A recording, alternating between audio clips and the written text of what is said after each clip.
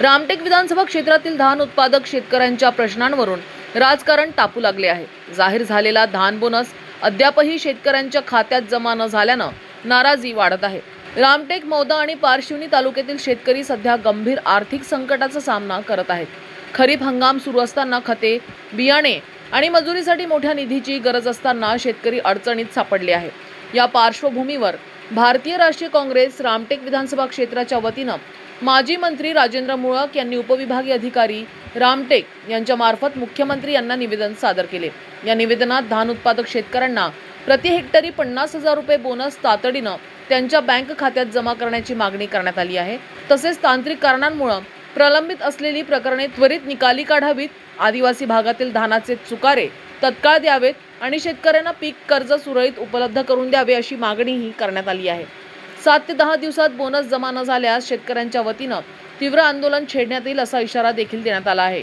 या निवेदनावेळी काँग्रेस पक्षाचे पदाधिकारी, कार्यकर्ते आणि मोठ्या संख्येनं शेतकरी उपस्थित होते। आता सरकार या मागण्यांवर काय निर्णय घेते याकडे सर्वांचे लक्ष लागले आहे। पद्धतीने राज्य शासनाने मागच्या खरीप हंगामामध्ये धानाला बोनस देऊ अशा प्रकारची वल्गना केली होती आणि त्या अनुषंगाने धान उत्पादक शेतकऱ्यांनी आपली ऑनलाईन नोंदणी केली, ही अपेक्षा ठेवून की अडचणीच्या वेळेस बोनस आपल्याला भेटेल आणि आपल्या कामामध्ये येईल। एक पूर्ण वर्ष संबंध आर्थिक निघून गेल्यानंतरही अजूनपर्यंत धान उत्पादक शेतकऱ्याच्या हाती बोनस लागलेला नाही आहे। वाटलं होतं की मार्चच्या अधिवेशनामध्ये राज्य शासन या संदर्भामध्ये निर्णय करेल आणि धान उत्पादक शेतकऱ्याच्या पदरी बोनस पडेल, परंतु तो निर्णय झाला नाही।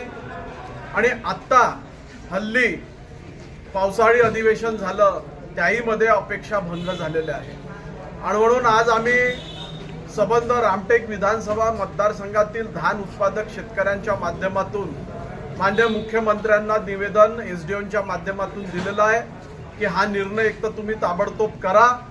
15 दिवसाच्या आतमध्ये हा जर निर्णय नाही झाला तर मोठ्या संख्येने धान उत्पादक भागातील शेतकरी गोळा होतील आणि सरकारला धाळावर धरल्याशिवाय राहणार नाही अशा प्रकारची स्थिती निर्माण झालेली आहे। न्यूज एक्सप्रेस करिता पंकज चौधरी, रामटेक, नागपूर।